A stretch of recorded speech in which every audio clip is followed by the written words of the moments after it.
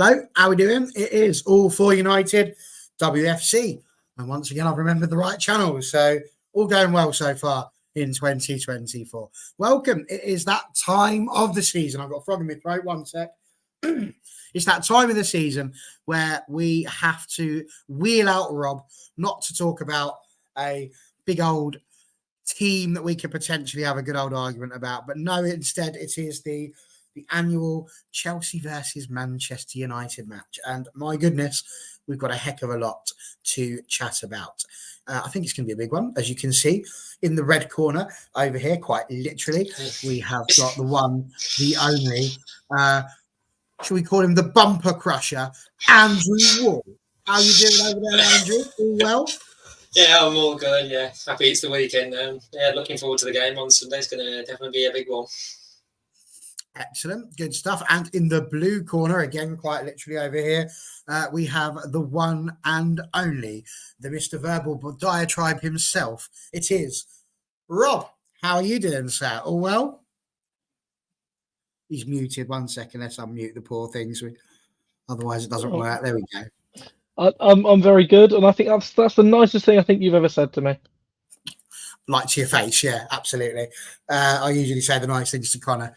But yes, good stuff. And I should be in black and white today, really. Not because I'm a Newcastle fan. It's my job to referee between these two wonderful people. So thanks for joining us. Thanks for the, I would like to say hundreds, but not quite, in the comments already. Vic, Kevin, JJ, Sarah, Erlin, Sporty, Dave, NT, Ellie. You're all there. So good to have you, and we'll look forward to seeing what you've got to say over the next. So let's kick straight into it, shall we? It is that moment in time, Andrew, where we pray to our relevant deity that we get a good referee, a bit of a rub and a green, and you sit there and think, is this weekend the weekend? What's your initial thoughts? Let's forget all the stats, forget everything else. Do you go into this match? I mean, you're going to be travelling down to the capital. Will you or will you not be driving down there full of hope? Or are you expecting to be royally spanked? Which is it? Always go down to United game full of hope. So I'm just thinking maybe we can just get a win over Chelsea. It'd be nice to do it at Stamford Bridge as well. And like I say, it's Hayes' last season there, so it'd be nice to finally get a win, because it feels like Chelsea have been the bane of our life since we've got back into the WSL. And a certain player in Sam Kerr, I know she's injured at the moment, but she's like always seemed to score against us. Sad that she's got injured, but slightly gives us slight more of an advantage. So going into the game, but I mean, Chelsea have got players that can hurt you all over the pitch. So, but as long as we turn up and give a good fight, then I think we might be able to maybe nick something from the game. So whether it's a 1-0 or even a point, you never know with these games. We build them up, and like I said, the last few games have lived up to the billing. So hopefully this one does as well. So Chelsea will bring their A game, and hopefully we do as well, because that's what we want from both teams. Seems fair to me. And Rob, you've come on many a time now, and we know that we laugh and we joke, but we know you do think about this quite seriously and take it all quite serious. So, from a Chelsea point of view, are you feeling hopeful? Because I mean, I've been looking at a few of the stats. We will get to that eventually, but do you still feel hopeful? Do you still feel like you've got what it takes to cement your position at the top of the league? I don't think we don't, if that makes sense. I think the fact that obviously knowing two big players are out, obviously Sam Kerr, a long-term injury, and Millie Bright, who still isn't going to be back for this game, I think is two big blows. But what I do think is quite interesting is there's been a view all season. I think I do really hold this. And someone's asked a question about when Chelsea last lost a domestic home game. Are you talking in all competitions, or are you talking in just the WSL? Because if you can clarify that, I can give. Haven't you in your last six? Yeah. I can give an answer on that. The last time we lost at home, in the WSL was to Brighton, 3 years ago now. It's been a long time. It's been a long time. It was a strange one because that ended another record run at the same time. I'm fairly sure it was Brighton, yeah. And again, the last time we lost in a domestic home game in the cup. We haven't had many. Must be Everton in the FA Cup in the rearranged 2021 season, which was the weird one, which was cut by COVID. Valerie Gauvin scored the winner for Everton, and then since then, I don't think we've lost in the FA Cup at all. Going back to the original point, yeah, I think there's been a perception that Chelsea haven't played their best their ability all season. I kind of do echo that. I did finally think just before Christmas that they were starting to get towards that level. The game away at Harken, although they only won 3-1, they showed some really good stuff and played some really good football. And the same with the game at Liverpool at Stamford Bridge, actually, to be fair. So I do think you're starting to maybe see that, but obviously it's right after Christmas. It's apart from the FA Cup game, it's sort of the first game back into league action. I think, to be honest, both sides would be quietly happy before starting to come out of it without losing. I think would be from both sides' point of view. I think they'd be happy with that stance. Possibly Chelsea a little bit more than Manchester United, but again, I think because it's the halfway point in the season, if you said to most Chelsea fans, you're going to be there or thereabouts at the halfway point, they'd have probably expected that and been quite happy with it. Yeah, no, I think I would be hard pressed to disagree with too much of what you said there. Connor has thrown himself into the ring whilst he's lying there. In case you're wondering, yes, the quiff is missing today, and he is missing purely because he's not feeling very well. He hasn't felt well ever since the weekend, so there we go. He's not feeling too good. Hopefully you get better soon, Connor. I did say that yesterday, though. Stop making me do shows, or I have to say, get better soon, Connor. Get better. Just do it. But yes, he thinks we're not going to win, basically. Just not a narrow defeat he'd be quite happy with. He doesn't want to be battered a la the 6-1 a couple of years ago. Andrew, let's think a little bit about the team as it stands. We know we've got no Gabby George. We know there's no Miyazawa. We know, of course, there's no Emma Watson. Irene Guerrero did manage to get a little bit of time at the weekend. And, of course, there's also the possibility of Lisa Nielsen being around. Now, there's a lot going on around Lisa Nielsen at the moment. That's been quite a big sort of story that seems to have come up. First question, I suppose, comes around this. JJ's put Skinner has to get his formation and line up right from the beginning. There's no time for experiments, which technically I think you've got to agree with when it comes to Chelsea. It has to be, you've got to be at it from the start. Otherwise, you could be in trouble. But with that in mind, do you see a space for Lisa Nielsen? And what is your thoughts on the comments that have been made? Yeah, I was going to say I did see those comments earlier online and what Skinner has said, and people going in on Skinner for what he said and saying, Lisa needs to work on these things, and it's up to Lisa. Lisa's the one that can do it for herself. And some people are like, well, Skinner's being a bit too honest in what he's saying, but sometimes it's refreshing. Sometimes a manager speaks so honestly as well about a player as well. So they're trying to get the very best out of a player as well. I'm just thinking, in terms of Lisa, do I see her in the starting 11 for Sunday? No, but she could have an influence off the bench, possibly if needed. So I just feel like Skinner said, we haven't seen the very best of Lisa yet coming up, whether she started or come off the bench as well. But maybe she one of those players that needs that run of games as well. So yeah, it's a tricky one with Lisa. We've got a lot of good players that we're trying to get in the starting 11. So it's a good choice when we're getting the players that are coming back. Trying to fit them in as well. So at the moment for Chelsea, I see Lad and Zellum in that midfield, just and Tooney just slightly in front of them. So yeah, just for Lisa, yeah, he's do I see her getting any game? Well, starting at the moment, no, but she will get a game time. A good few games coming up as well. And I think that comes saying Skinner's got to get his formation right from the get-go. Well, definitely against Chelsea, because if you don't, then they punish you. And, if we don't want to be ending up getting battered, well, hopefully not. So hopefully we turn up and, give him a right old good game, because I think because last time out was the FA Cup final that we suffered that 1-0 defeat, so we've got a bit of a revenge on the cards. I think it'd be nice to get one over on them. So yeah. I mean, it's an interesting one. Connor's, again, we put it up a second ago, but I'll put it on again. The MS should just stop talking in pressers. He should keep that for behind the scenes. Also, if she's not good enough, why player in our biggest games this season, PSG and City? But if he doesn't talk, or he doesn't give the, how do I put it, the answer everybody wants him to say, then it's like, well, he didn't say this, he didn't say that. What's really going on? So maybe sometimes he's a bit you're never too going to honest. say what everybody wants you to say. That's an impossible thing to do. Can I just say one thing on the Skinner stuff? Go for it. I think it's really important to also for people to actually go and read the full quote in context and in context of the question, because I saw a lot of people just taking sound bites and lines out of it. And I do agree with Connor. I think at times Skinner, talks too much, and I've said this before to him. But a lot of the time, I think it is just a thing that if people don't like Marc Skinner or don't want Marc Skinner in charge, they're just looking for it. And you're seeing it a little bit on the Chelsea men's sub with Mauricio Pochettino now.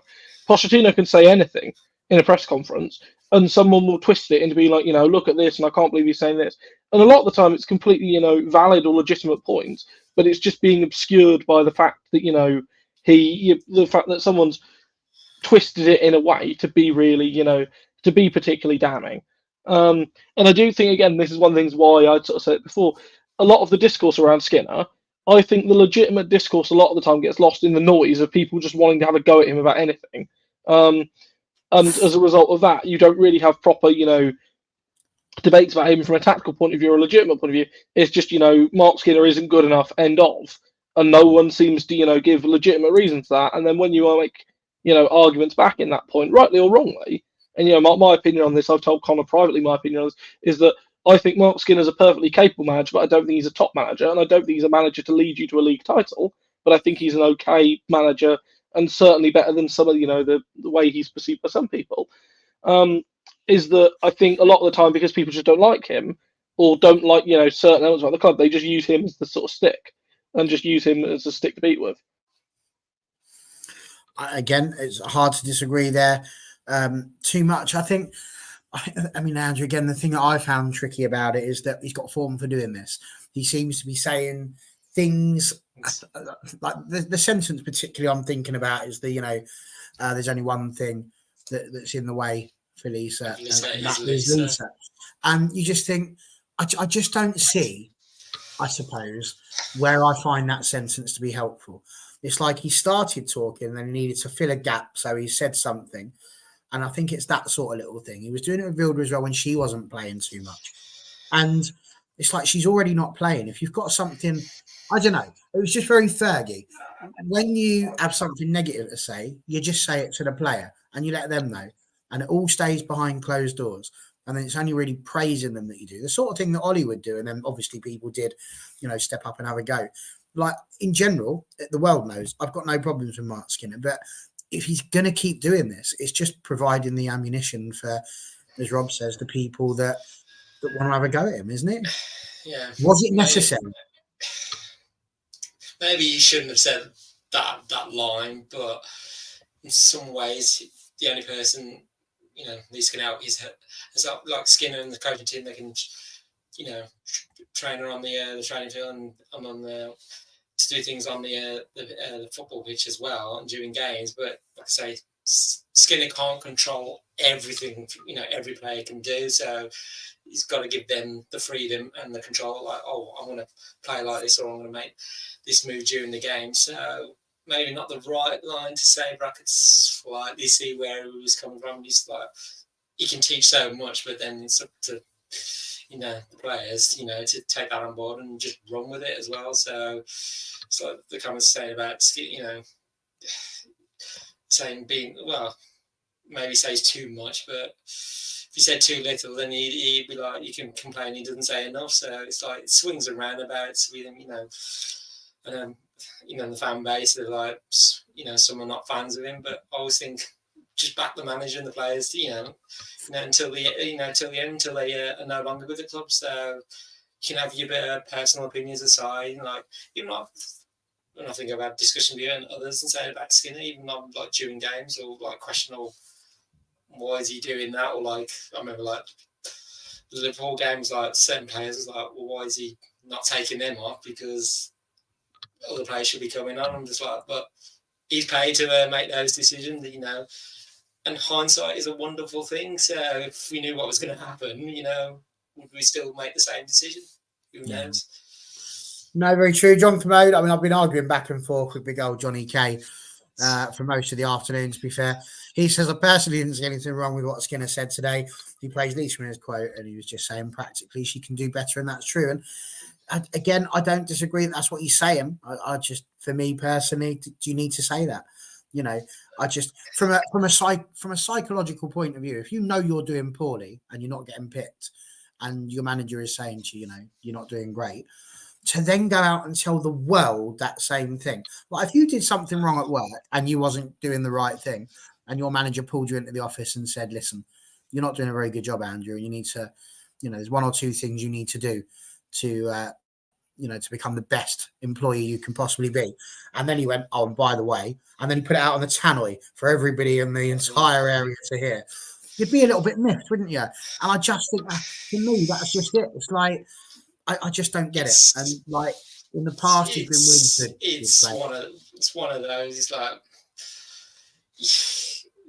I don't know whether you can agree or not agree whether he should have said that line, but it's just, so yeah, that's a perfect point. He's just being honest. That's who he is. I don't think he's going to change any time soon, and he's suddenly become quiet as a mouse. So I just think, yeah, it's one of those. Yeah, I don't think sometimes whatever Skinner says, you know, some people are just going to pick little bits out of it, and just make something out that it's not meant to be. So, but like I say, trust the manager and the players to do what they do best on the pitch. So that's my thinking on it. It's an interesting one. You know, Skinner being honest about who he is and what he's about, a few people saying. So, you know, it's divided opinion, that's for sure. I was just going to say, like, on the men's side, Ten Hag and Sancho, back, was it early September when the Arsenal away game, and they asked him after the game, why wasn't Sancho there? And he was like, this is the reason why. And I'm just, if he'd have said something else, well, the media and everything else could have made even more out of it. But you just thought, this is my opinion of what's going on. Sancho had his opinion, and and we all know what happened next. So it's, yeah. Well, this is my point exactly. If you want somebody out of the club, that's a very good way of going about it. But not in the case of Lisa. You're just saying, I'm telling Lisa this is what I feel like she needs to do, and it's on her to do it as well. So she does it. God, she'll be in the side and helping us out a great deal. We better hope there's a positive response from it, because if not, like we say, contracts running out, Marky boy. It's like little things like this don't help. Right, we're going to move away from Lisa Nielsen. That's covered everything I think we need to cover on that one. And instead, we're going to pop to you, young Rob. Oh, hello. Somebody's saying, I like it when people agree with me. Let's put that up. Exactly that. If there's issues with a member of staff, it needs to be done with a bit of sensitivity. It happened to me at work. I'll be taking up with HR. There you go. You see, thinking along the same lines. Over to you, Rob. The amazing news, if you're a Man United fan, was that there's no Lee Bright and no Sam Kerr, which takes 2 bits out of 11 incredibly good players. Of course, Chelsea being Chelsea, they just went, oh, don't worry, it's January. So you went off and got Natalia Bjorn to go into the defence. Obviously, no replacement yet for Sam Kerr, but let's be honest, she's pretty much irreplaceable. Having lost those 2, as you said earlier on, there's no reason why you shouldn't, in your mind, still be able to go on and do what you do. But that is a massive loss, isn't it, Sam Kerr? Yeah, I think it is. Although, again, as I saw the stat earlier, the games, Chelsea played 7 games now without Sam Kerr. They scored 26 in the last 2 years. 7 games without Sam Kerr. They scored 26 and conceded 1. So, I think it's at times it's disingenuous to make Chelsea just Sam Kerr. And one of my biggest sort of things I sort of said is that Kerr is a phenomenal footballer. She's an unbelievable big game player. She is an unbelievable personality. She is a huge player leading the line, even when she doesn't just score. She is a phenomenal, player who actually brings players into games. She makes a lot of runs into the channels.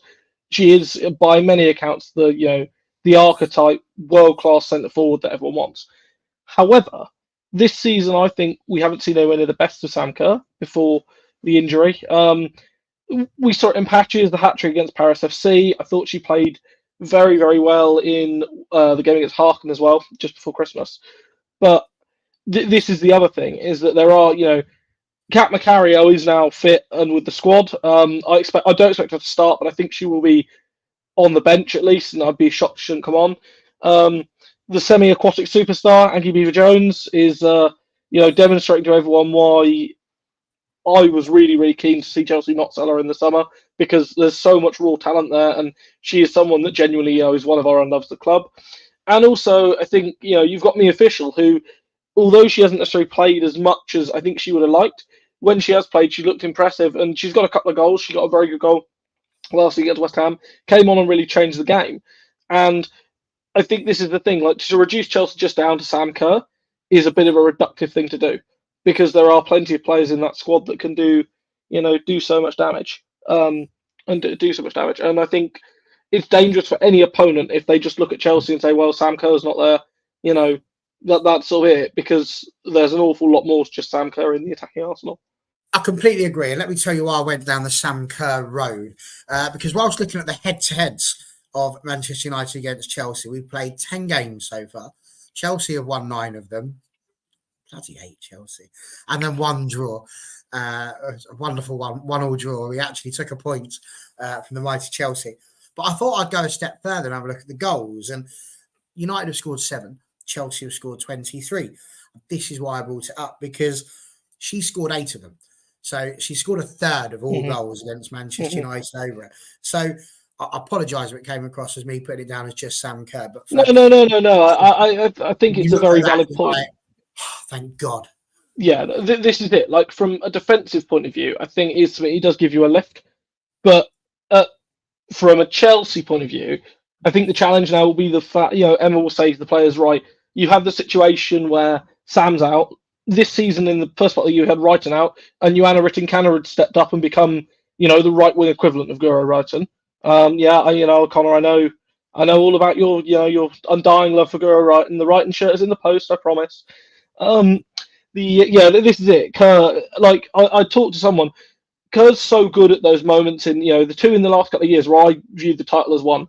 The goal against Aston Villa in the last minute where, she whipped the shirt off, and then the rebound goal against Liverpool last year. And the rebound goal against Liverpool in a game Chelsea really didn't play very well, but they got it to 1-1, long-range shot from Jessie Fleming off the bar. And Kerr was there, and she was just that decisive and that quick. And it wasn't, she scuffed the finish a little bit, but because she scuffed it, it actually put the keeper out of the way. Now, this is what's really interesting on the other side of it, is that you've got Ella Toone in really good form from a United point of view. Toone traditionally has really struggled to have a foothold against Chelsea. And to get a foothold in the midfield, and someone else says the midfield. I think that's the real biggest area on Sunday. Whoever dominates the midfield will end up winning the game. And if neither team dominate it, it wouldn't surprise me if it's a draw. No, of course not. NT put in here, a lot of people agreeing with you recently, that's me, including myself. How do you afford it? Well, there's a reason why I can't go to games on a Sunday now, and this is it, obviously. It's costing an absolute fortune. And yours is in the post, NT. It's in the post. So, again, you speak about not reducing it down to Sam Kerr. What sort of lineup, Rob, would you be expecting to see? Because obviously the last couple of games we have had have been 1-0s. The goals have generally been scored by Sam Kerr.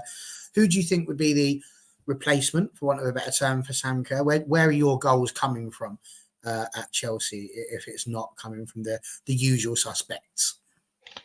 I think if I was to predict Emma's lineup, and I would say rule number 1 is never try and predict Emma Hayes, because she has an annoying habit of just changing something at the last minute. But I would predict, precisely. I would predict something looking along the lines of, I think Ann-Katrin Berger will get the nod back in goal. Often Musovic struggled, and Berger is usually better in the big games. For the back 4, I would probably go for Perisset on the right with. I think they'll probably go for Carter and Buchanan, although it wouldn't surprise me if it was Carter and Bjorn, after Bjorn played really, really well as a sub against West Ham. And then Neem Charles will be back in at left back. Chelsea really missed her last weekend in the Cup. I think the midfield, they will go for Cuthbert, Leupolz, and probably Siaka Nusken. Nusken in that strange, disruptive, attacking midfield, but still able to defend role that she's been doing very, very well in. And then I think they'll probably go for her in sort of that 10 box crasher role. And then on the left, Gura Wright, and on the right, I think they'll go for on the right, I think they'll put Lauren James. And then up front, I think they'll go for Mia Official. Although it wouldn't surprise me if Emma chose this as the moment to put Aggie Beaver Jones up front.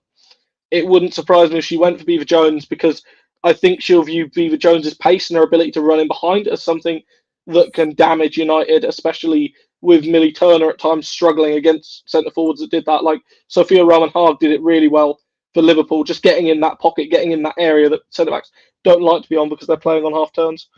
And yes, I agree. Nusken pound for pound for me is probably the signing of the season. When you consider that she was brought in as a very good centre back, and she's turned into an excellent defensive midfielder and bizarrely a goal scorer. The strange situation of watching her just randomly appearing and crashing into the box and heading home or finishing from close range was it's quite enjoyable actually, because they aren't necessarily the most beautiful of finishes, but there's just something quite enjoyable about it. John's being very rude at the moment there, but he's also asked a question that only you seem fit to answer, Rob. How does Berger eat her burgers, I wonder? I believe at the moment Berger is actually vegetarian, so I don't think she's having the traditional meat burger, but I'm sure she's enjoying some lovely veggie burgers. Preferably with her hands. Yes, precisely. Because she's a goalkeeper, she's used to using them. So there we go. Made sense, right? Anyway, Andrew, we've scored 7 goals against Chelsea in 10 games, which is a bit depressing as a statistic.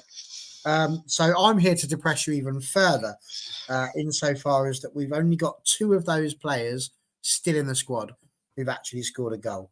Can you name them?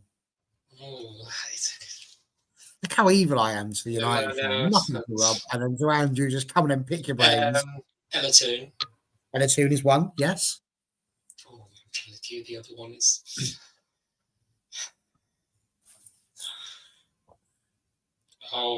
it's the 6-1 defeat, isn't it? I want to say this to you, but Rob's got it, and he's not a Man United fan. Trying to look in the goal on then. There you go. Leah Johnson, yes. Which is a bit depressive. Lauren James is actually the only player to score for both sides in this fixture, which is a little statistic there to throw out should anybody wish it. But again, where are our goals going to come from? Because, if you do take out the fact that they're missing a very experienced defender, a very experienced attacker, there are players missing. We have had good games against Chelsea where they've been very, very tight over the last few fixtures. Where does it come from for United? What is going to be the way through if we're going to beat Chelsea? Who's getting those goals? I'm just thinking, saying like possible lineups, and I'm just thinking maybe he might just start Mallard up there front on the Sunday. I just think he might just go with a front 3 Paris, Galton, and Mallard, and I'm just thinking maybe I think it could come from Mallard. I'm just thinking get those balls into the box, and I'm just thinking if she can get on the end of them, it could be hopefully she can score. But I think the main battle, I think somebody said it earlier, is the midfield as well. If we can win that battle, if Ladzellem and Tooney can win that battle, I think we're going to have to stand half a chance. But I think we've got to be good all over the pitch, including the defence as well, because if we're not defending right, then Chelsea are going to be scoring a few battles, and which we don't want to be seeing that at Stamford Bridge. So, but yeah, I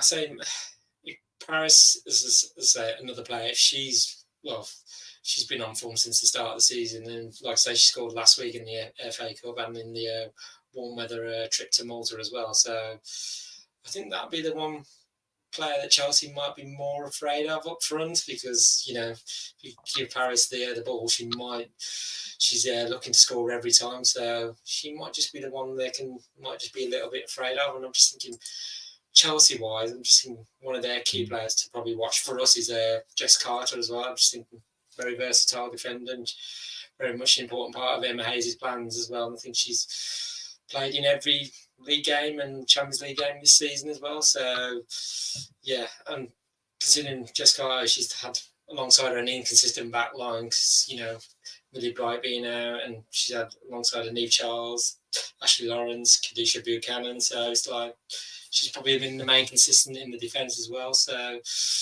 yeah, I think as Chelsea's defence has been inconsistent, maybe that's our, in on a Sunday. So just hoping our attack is firing on all cylinders.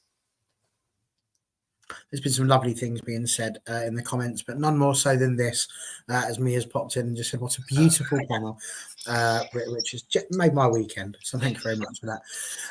I started right at the very beginning, I starred some messages because I thought, they were quite good. I'll bring those up when people have finished talking. I forgot about them for 15 minutes. So just going to run through them now because some of them are quite good. Kevin Duff saying West Ham took Chelsea to extra time last week, so why can't we win on Sunday? Which seems reasonable. They've thrown out a stat that's quite a good one. If it's any stat, United haven't lost at an opponent's main team stadium.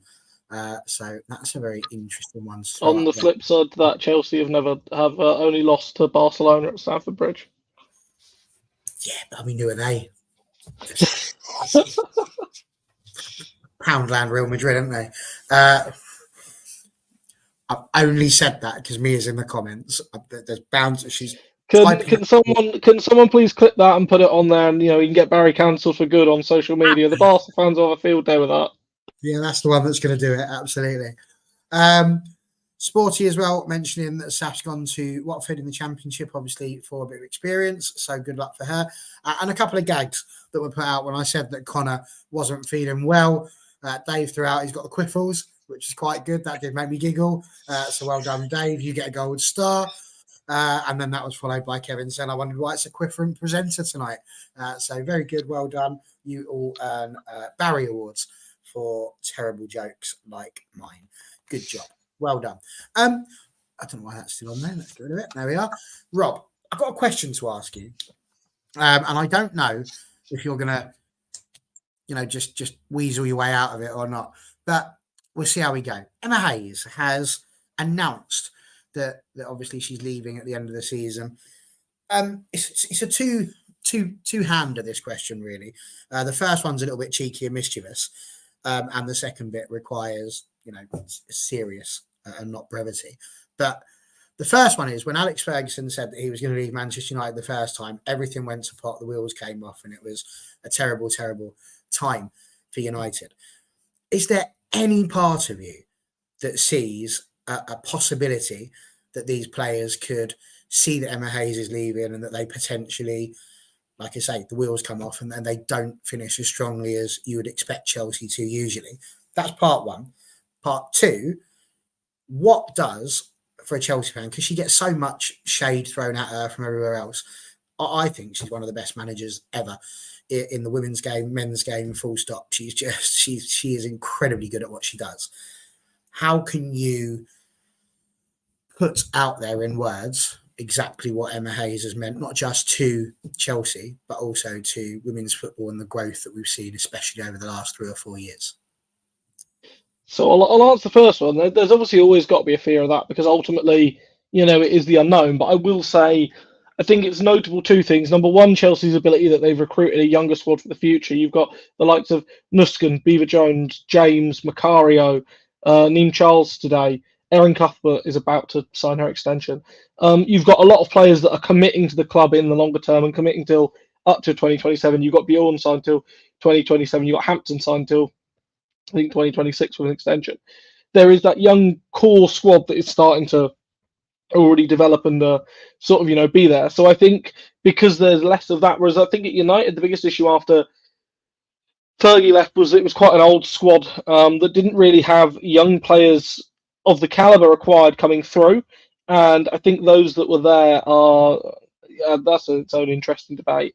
I think the Ferguson sort of hedged his bets a little bit on people like having that last great year with Robin Van Persie, having, I would argue Wayne Rooney's last great years at the very, very top of the game and sort of pivoting on that. Whereas Chelsea have slowly built up that squad and you've got people like Vika Captain, Alejandro Baldi, Brooke Aspin that are all out on loan that are top young players that suddenly they can come back into the squad next year. Georgia Fox as well, who's finally back from her ACL injury, who I think people, I don't necessarily think she'll ever be a top player, but I think she could be a very solid midfielder and a very solid, very solid squad option for the club.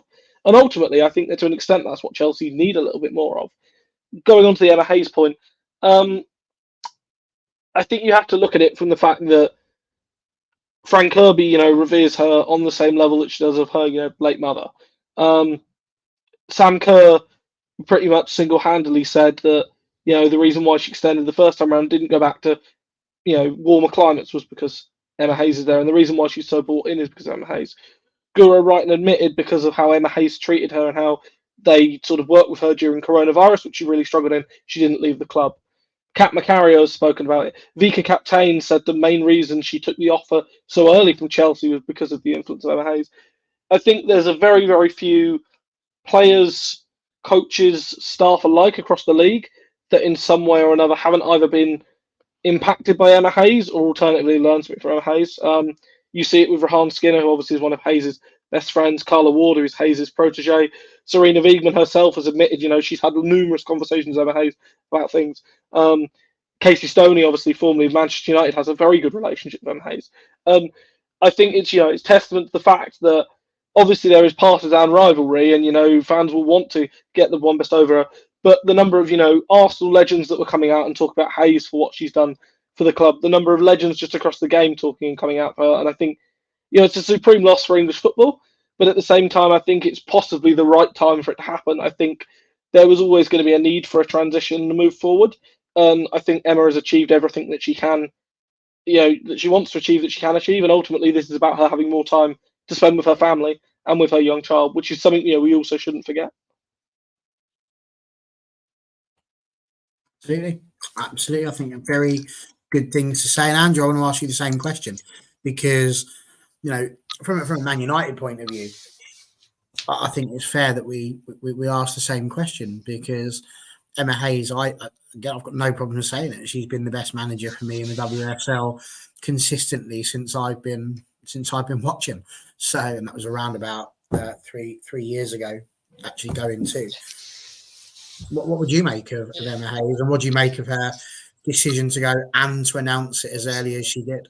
I'd say she's dominating English football, with Chelsea in the WSL. I mean, when she took over in 2012, it's like she's definitely established herself as one of the great coaches. I mean, she's won 13 major trophies in her 11 years, 6 WSL titles and 5 FA Cups. And you've got to think 4 of those 6 league titles have come in the last 4 years, and 3 of them have been a hat trick of consecutive league and cup doubles as well. So her influence on the English football was unmatched. So it just Chelsea have been run close to the title by Arsenal, us, and City in recent years, but Emma Hayes has always found a way to get that little bit of an edge over us and other teams as well. And you've got to think her attention to detail and focus as well, just getting those marginal gains, over the opposition as well. And unless she wins this season, the Champions League, while she's dominated English football, maybe if she don't win the Champions League, maybe that'll be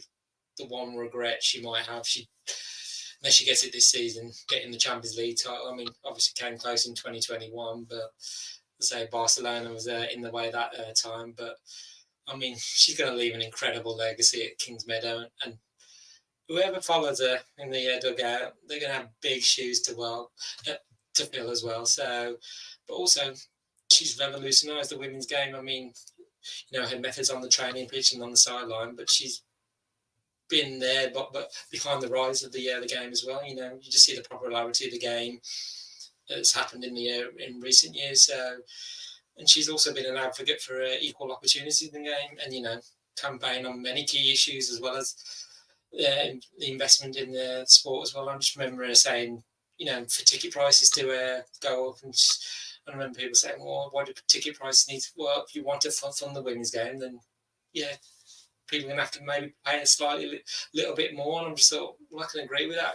That's what we want, that funding in the game as well. So, she'll definitely leave a big legacy. And it'll be interesting to see what happens to Chelsea when she leaves as well, where they go next. It really will. And Andrew, from our point of view, the flip side of all of this is that Chelsea is sitting pretty at the moment, top of the WSL, 25 points. We're 7 points behind them. It's no small thing to say that if we don't win this one, then I mean, if it's not already, then the title is going wavy bye bye. I have to say, see you later to any hopes we got of trying to crash that particular party. We've got a manager whose contract ends at the end of the season. He's obviously still fighting to ensure that his contract is renewed. The player's obviously aware of that as well. How important do you rate it as? Do you think that we were ever really in a situation where we could repeat the highs, I suppose, of last year, where we were really pushing Chelsea to that last day of the season, or not? Because, I mean, again, like you say, we lose, it's gone. We win, it's only 4 points. But does that open the door for us, or does that just open the door for all those other wonderful teams, such as Arsenal and City? I was going to say, and of course, if we lose, Liverpool could go above us, which is, got to stand even further. Say it can go either way. It's like it could be all good for us, or we could be not in so good situation. I mean, we finished 2 points behind them last season. We took them all the way in the FA Cup, and we probably came into this season thinking, we're going to mount another title challenge. But in terms of our title aspirations, I think I'd say it's by a thread at the minute. So, I mean, we've dropped points in half of our 10 league games this season. I don't think we can afford to drop it anymore. And I think if we do manage to get that win on Sunday at Stamford Bridge, I just think that could just fire us up even more. So it's that consistency at the moment. I mean, for Skinner, I just think, so we did lose as well. I just think not only the total hopes that they've just faded fast, but it's just also, you're letting other sides in as well. So it's just like, and it puts a dent in the Champions League qualification as well, which we kind of want to get back there. Okay, we've only had those couple of games against PSG, but we've had a taste of it. Now we want some more. So it's just this, the second half of the league season, we just need that consistency. So definitely not dropping any points, as I said. So yeah, it's definitely a big one. So it just, the way both teams could play, we could just neither team will win or lose. So it could be ending up being a draw. So it's does a draw really favour us? Not really, because it does allow other teams above us to pull away, but also other teams behind us to get closer. So you kind of say a win's all the more important. So yeah. But I was going to say, I mean, we've got impressive form on the road as well. I think we've already defeated the previous 8 league away games. So, and that's since losing to Chelsea back in March last year. So, yeah, hopefully we can stay undefeated on the road. I mean, Connor's saying, forget the title, top 3 and a trophy will do nicely now. Anton saying the same thing, top 3.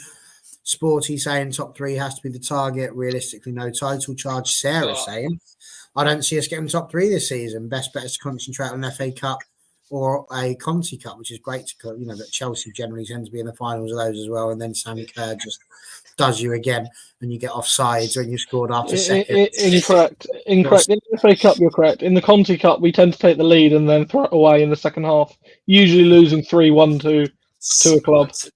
Right, that's with a penalty conceded as well. Conti Cup needs to get to the final. So is that where you're going, Andrew? Just top 3? Because we're still 4 points off of that as well. So the win, vital, just in terms of getting us back to level pegging with Arsenal and City. I don't know if we win on Sunday, and just my hope would just raise a little bit more that we can just pull it in, and that's what I mean. That win over Chelsea, if we get that win over Chelsea, let's just say you could just stoke the fire that we all need. So yeah, in terms of realistically top 3, and either the Conti Cup or running it to the FA Cup, be nice to get back to Wembley for the FA Cup again, after the hurt of last season. So, but yeah, top 3 and a trophy will be the main aim. But let's say you never know in this game. Absolutely, you're not wrong. We definitely don't know in this game. Meanwhile, of course, Chelsea are chasing for, is it your 4th or your 5th title in a row, Rob? 5th in a row. thought it was the 5th. So 5 titles in a row. Is there any danger, do you think, that you lot might, I don't know, just do the nice thing and let somebody else have a chance, or do you intend on, just keeping a Putin-like grip on this WSL for the years to come? I think it's really interesting. Certainly, I think the biggest threat to Chelsea in this sort of second half of the season is the fact that they've got 4 competitions at the moment they're fighting in the fact that we haven't even entered the Conti yet. We've got an FA Cup tie, which against Crystal Palace, with all due respect to them, we should be able to get past.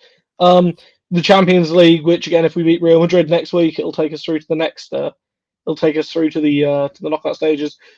What I think is the biggest impediment is the fact we will have, I think, at least 3 players going to the Gold Cup. We've got injuries in the squad. On the flip side of that, we do have players returning from injury, and players that you haven't seen a lot of for quite some time. Coming back in, Jelena Shankovic now being fully fit again, Buchanan getting back to fitness. Official, before the Gold Cup happens, I think she will play a fair bit. And there are some very talented young players at the club as well. Who do United lose to the Gold Cup? Oh, besides, I suppose potentially you might lose Jade Riviere. But is anyone else going to? About it, I think. Tullis Joyce, maybe? I mean, you could say we lose Tullis Joyce, but there's about as much chance of Tullis Joyce starting a match as there is of me starting one. So, JC as well. Going there as well. So, yeah, it's a weird one, the Gold Cup. It just sort of exists. But again, I think that's also why Chelsea have gone ahead and brought Bjorn in, because she can cover at fullback as well at centre back, and even if they lose Ash Lawrence to it, potentially we all know we're just playing Neem Charles and Perisset at fullback, which at the moment I think is the first choice anyway. That's quite sad for you, Connor. That is genuinely quite sad. We're losing John to the Gold Cup, which is I think that's the real biggest loss of all of them. So yeah, I think Chelsea, ultimately success is ingrained somewhat into what Chelsea want to do, and I know a lot of the players in the dressing room, who put it this way, like when they lost the Conti Cup last year, which I consider the Conti Cup to be the bottom of my trophy priorities, even though it's still important because there are very few trophies in there. There was something equivalent to a sort of Fort Knox-esque inquisition into the squad as to why it happened, and I think there will be a determination to sort of continue winning, just because that's what Chelsea do. Well, there we go. And just a bit of context there for John, just in case you weren't sure. He currently lives in Florida, so that's why he's giving that Arsenal losing Lacasse and Fox, apparently. So there we go. Sounds like a good pub, that, doesn't it? Lacasse and Fox. Certainly have one of those. Well, we're nearing the end of our preview, really. I suppose, Andrew, we kind of... I'll go to Rob first on this one, because hopefully we'll finish on something positive. But how do you see the game going, Rob? What sort of predictions would you be making? Do you see anywhere within this weekend, anyway, in which Manchester United come away from Stamford Bridge with the points? And also, perhaps you could weigh in on what you think United's best bet for a finish this season could be. Yeah, I mean, to be honest, I think that I think it's exactly, I think there's no reason to say United can't go ahead and get a result. I mean, obviously you were unlucky in the FA Cup final. I think, it's important to know it's not as if it's a situation where, like we've maybe seen historically in some fixtures, like Chelsea-Tottenham, for example, before this year, it was the case Chelsea could play Tottenham and know even when they weren't playing at their absolute best, they could still come away, a 3-0, sort of a 2-0, 3-0 comfortable win, just because of the gulf between the sides. I don't think that's there anymore. I think it'll be really interesting to see if United try and start fast and hard like they did in the FA Cup final, because I think that caught Chelsea out a little bit. But I also think this year, with the nature of how Chelsea have perhaps been playing in recent weeks, especially using Canary's pace, using Lauren James's pace on the break, that may play into their hands a little bit. I also think Chelsea will know that United probably need to come and win, and that a point for Chelsea isn't a horrendous result, whereas for United a point is probably, it's not a bad result, but by no means it probably does end hopes of the title, which is something important. I really wouldn't like to predict it. It is one of those things. It is ultimately could be quite sort of it could be quite sort of important if there's a big refereeing decision, if something controversial happens. I in a Chelsea United match, never ever. Yeah, I hope in all seriousness we aren't coming, debating that again, because it's been one thing that's been really refreshing in the last couple of days watching the FA Cup replays has been the lack of VAR and the fact you can actually celebrate things instantly rather than wait and see if the man's going to go look at the little telly. And I think that's something I do enjoy a lot more about the women's game. In terms of United for this season, I think it's a really interesting sort of question. I'm a big belief that I think getting that trophy under the belt is a really important thing for a lot of players. I think United realistically, I don't think sort of a top three finishes out of the question, but I think the priority is probably one of the FA or Conti Cup. Now, the Conti Cup's always a bit of a mixed bag anyway because teams inevitably get drawn against each other. Top teams get drawn against each other. But with the FA Cup, you've got one of Arsenal going out in the next. I believe it's Emily Heaslip refereeing on Sunday, but again, don't quote me on that. You've got one of Arsenal and Manchester City going out in the next round. You've got Liverpool getting their draw away at London City Lionesses, and they weren't outstanding in their first round tie. That's the sort of place where they could, slip up. Matt Beard is the sort of guy, he is very pragmatic, and if he thinks Liverpool have got an outside shot of Champions League football, we guarantee you they will be prioritising that. I think if they, can get a top three and a trophy, I think that's a very good finish. Is it enough to mean Marc Skinner stays in a job? Is an interesting debate, and it's a whole other question. That said, I'm not really sure at this moment in time. And again, I'm sure there'll be dozens of names banded and thrown out of this.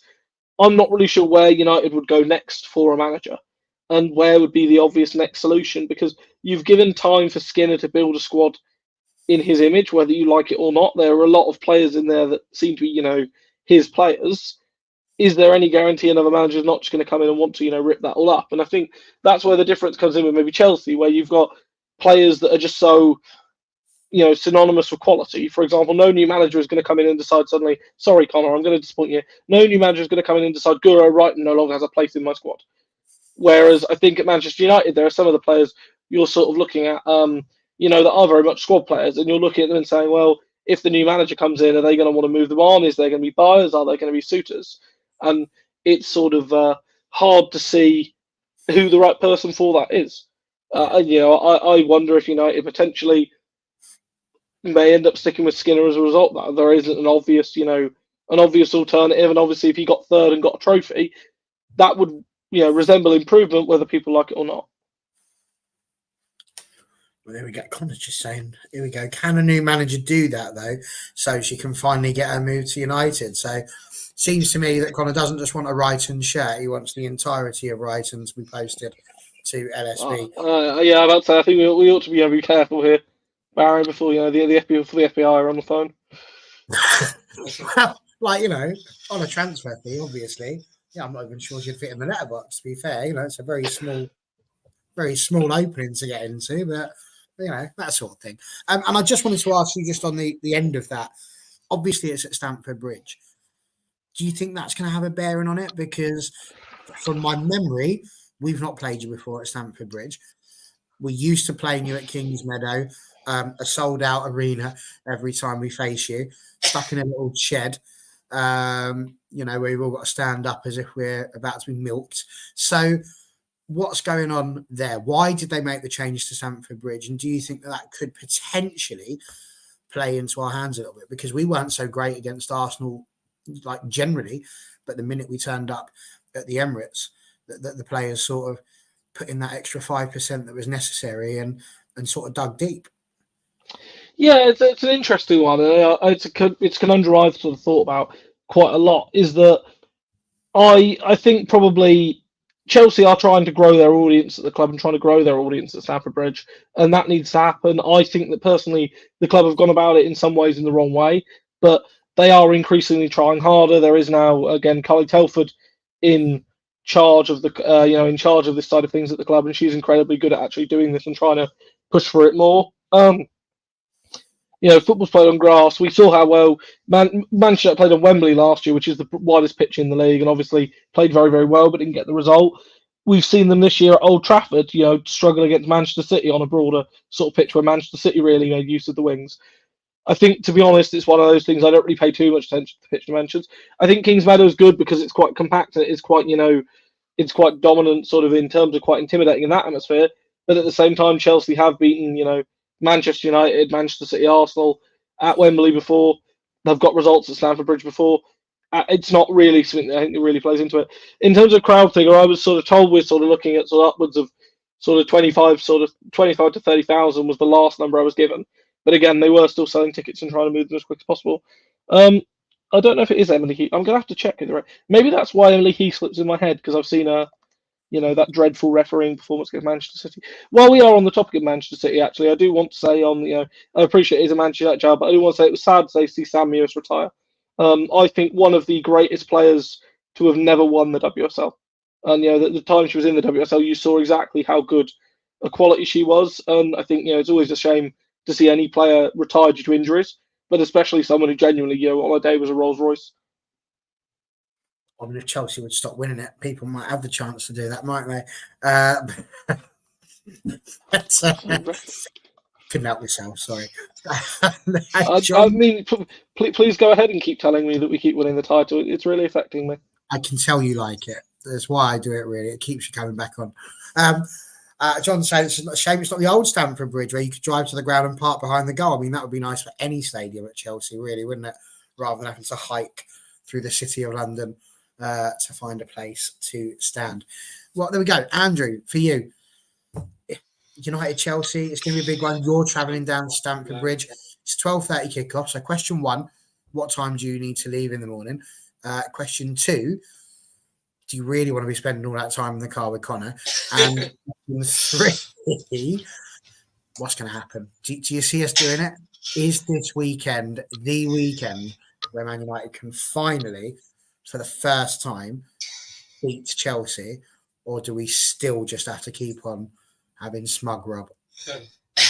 The answer to your first question, that's down to Connor, so I'll wait for his message when what time I'm going to get to his. So I know it's going to be early in the morning to get down to Stamford Bridge. In terms of the game, it's definitely a big game on Sunday, and I think we said it earlier that the battle's going to be won in the midfield. I think Rob may be right. We might just start the way we did in the FA Cup. We go fast and hard, and try and get in front straight away. So it would be nice if to wear hazmat suit. Yeah, so we can just get an early lead, and I just think I say, Chelsea, they can't call upon Sam Kerr, but they've got quality all over the pitch, with Wright and Lauren James, Fischel, Frank Kirby as well. And I'm just like, it's one of those, the midfield could be the key. So if we can get a grip on that, not let Chelsea settle into the game, get into their rhythm, then. But I think when I said my predictions to you earlier, I said 1-1. So, but I would like it would be nice if we had a last minute winner there, like we did it Arsenal away. But let's say we have a good record at the moment away from home at the moment. So also we like playing in the bigger stadiums as well. So not lost in an opponent's stadium, the bigger stadium. So we want to keep that record going for a bit longer. So it's going to be a tight game, but as I said, I went 1-1 with my predictions, but fingers crossed we're coming away with a win, and we're celebrating long afterwards. Oh, there we go. I can confirm that Rob's done a little bit of digging, and he's found out the ref is going to be Abigail Burns, so people can breathe a little bit easier. It will not be Emily. A couple of other things that have been thrown up. Erling saying, I just hope Chelsea have the heating on. There's no chance of a frosty pitch or something stopping the game since it's been cold in the UK last week. It's at Stamford Bridge. Perhaps that's why they did it. It's got undersoil heating. I was about to say that the pitch looks really good, actually. Having seen some pictures of the pitch, they relayed a little bit of it during the Christmas break, and the bits that were a little bit patchy during the Harkin game now look really good. Good stuff. So it should be a nice pitch. And John, whilst I appreciate this reference, why you're throwing this out to Connor, who famously doesn't watch anything good, I mean, he's not even going to Google that. He's not well either. So that's a wasted game right there. Gang. Oh, hang on. No, that was Ellen. Never mind. And it is very cold in Sweden right now. You're not kidding. It's quite cold in the morning here. It's been a good one. Thanks for joining in the comments. Yes, exactly. I Yeah, of course, isn't it? Stacey Pierce. I knew it. Knew that was there. It's not a surprise. No, absolutely. So there you go. I was about to say, can you just spend the journey up, the journey down with him, Andrew? Just educating Connor on, on proper television and films, please. There's a lot to do. So I'll try my best. It could take a lot more than just a trip down to London to do that one. We've got on the a way few back. hours. But it'd be a start. Personally, I think it could go both ways. I'm going to stick with my optimism though, because I like to do that. So I'm going to go 2-1 United with an Ella Toon winner. So there we go. That's what I'm going for right there. So there we are. Listen, we've done it. That is another preview. Thank you very much for your time, Rob, and for joining us once again. It's always a privilege and a pleasure to have you on the show. And also to Andrew, thank you for joining us as well, sir. Season ticket holder for both men and the women. We salute you for your service, sir. And to the rest of you, thanks for joining us. You've been absolutely amazing in the comments, giving us all your information, your thoughts and everything. It really is really, really good. What have we got coming next? Monday, we are either going to be crying into our pints or throwing them all over the place in wild celebration. It'll be one of the two, or it'll be a draw and we'll just sit in there moaning about how it wasn't quite enough. So, we'll see where we end up. And of course, following that, there will be All for Women's Football, where you're not going to want to miss this one. Oh, you're not. I tell you, there is a lot of fun coming up there as well. Saturday Night Live tomorrow on the men's channel. Join us there. But apart from that, been a pleasure. Good night all. Have a safe weekend. If you're going off to Stamford Bridge, get your thermals on, because you wouldn't want to be frozen either, would you? Night all.